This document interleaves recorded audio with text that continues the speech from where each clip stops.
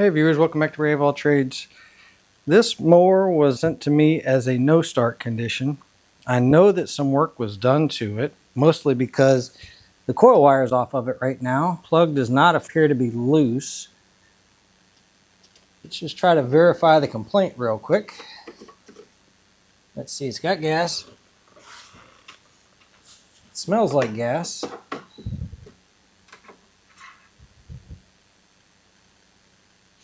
It has oil, but it looks like it might be low. Give me a second. Yeah, it doesn't have enough oil to even reach the dipstick, so let's get that topped off first. So no matter what we're doing, we're not causing more damage trying to start it.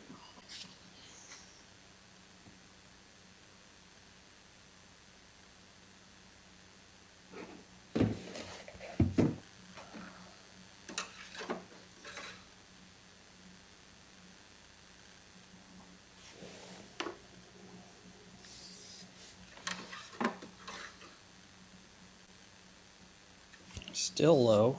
Oh, that thing was really low. Starting to think we might have a mechanical problem if the oil was that low.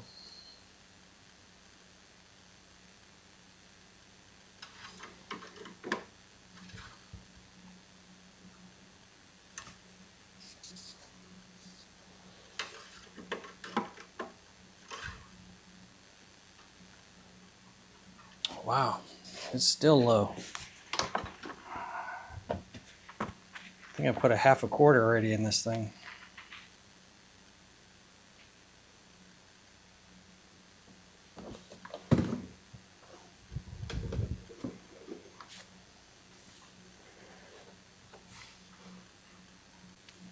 Is she leaking out on the ground somewhere?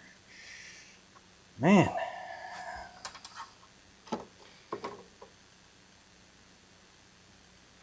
Now these don't have a low oil pressure shutoff or low oil level shutoff, but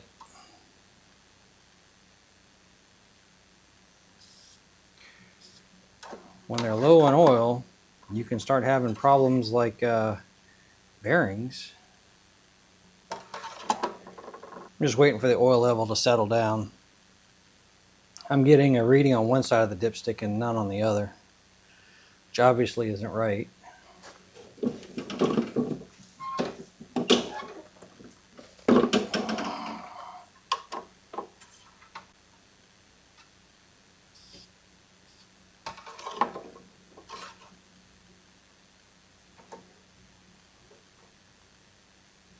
Good gravy. I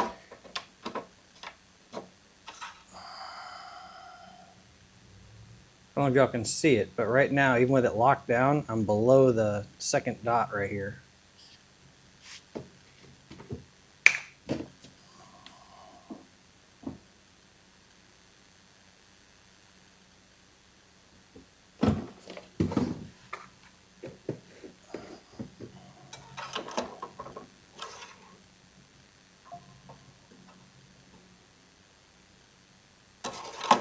So now if I lock it down, what do I get? I'm at least at the bottom dot of the cross hatches. I bet you this thing had absolutely zero oil in it. Or without it being locked down, I'm still below the bottom dot.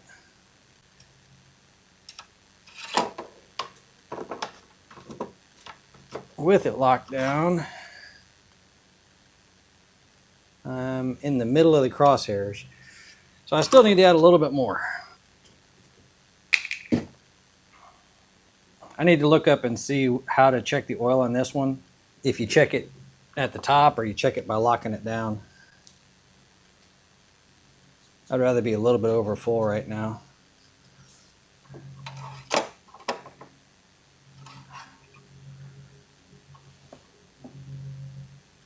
Okay, so I finally got, without locking down, I'm finally halfway up the crosshairs. All right, so now we have oil. Let's verify the complaint.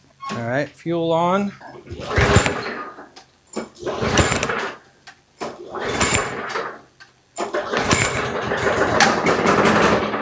All right, I think she's gonna fire. Tell you what, let's open up the garage door because it's gonna smoke really bad when it fires up. I have a feeling. Let's see.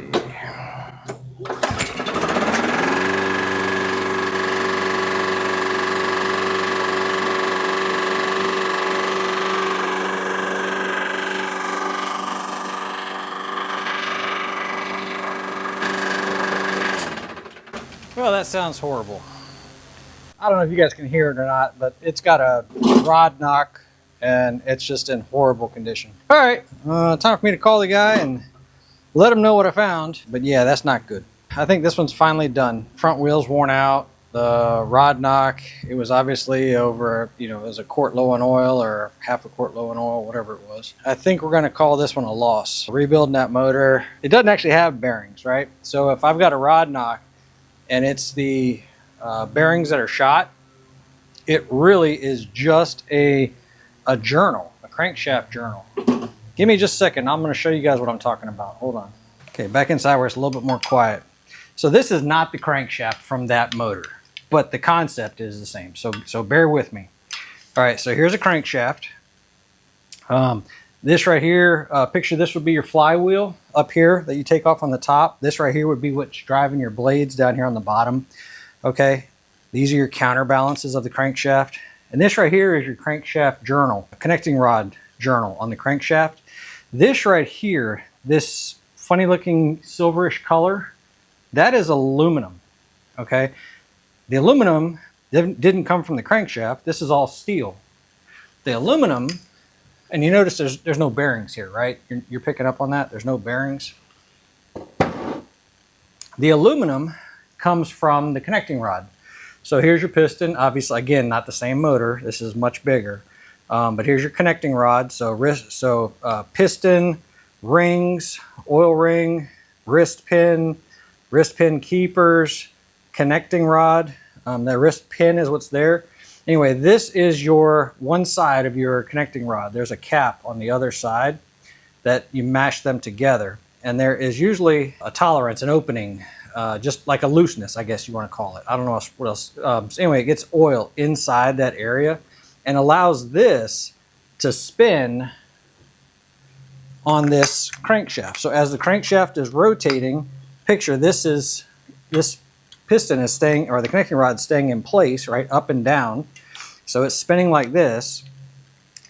So when it gets hot or a lack of lubrication, aluminum will go to the heat, right? So this right here, this crankshaft is getting really hot. The aluminum will transfer over to the heat of the crankshaft and it will do this. So you can imagine it's kind of like welding itself together for the most part. It's just transferring. That's about the best way I can describe it. If you're not familiar with that process, just picture it's kind of welding itself together. It's not really, but the aluminum's transferring off of here and sticking to that. But when that occurs, you obviously are no longer getting lubrication. So, and then that knocking noise is as it's spinning around, if it's catching on something or it's binding or if there's slap in the piston, it's basically something is moving enough to make a knocking noise. It's hitting metal or it's grabbing on something. But anyway, they call this a bearing, even though there's really no bearings like you're used to seeing. On cars, there will be a thin piece of aluminum or steel that is two different halves, like you would press it into the two sides, and those are replaceable. On these, it's just machined that way. It literally is, this right here would be the bearing. I haven't run across any that are replaceable. There may be one out there, and y'all correct me if I'm wrong, but these I've never seen are replaceable. It's just machined into the connecting rod. So if you're going to rebuild the motor, what you would be doing, it's not worth it on that one. But the reason I have this is because this is a low hours Kawasaki motor, and I really want to rebuild this one. So I need to get this transfer off of here, and I need to replace these connecting rods, and then that motor pretty much would come back together because it just happened to get low on oil. It did enough damage right off the bat to stop it, and but nothing else appears to be messed up. So I'm planning on rebuilding that motor. But for this one, this is not worth it. It'll take a few $100 just in labor and parts to rebuild that motor. and then you're still dealing with bent rear wheels, worn out front tires, whatever wear that the cylinder has taken. It's just not worth it. Anyway, hope y'all got something out of the video. Unfortunately, this one was a fail, and hopefully on the next one we'll get a chance to fix something spectacular. Thanks for hanging out, guys.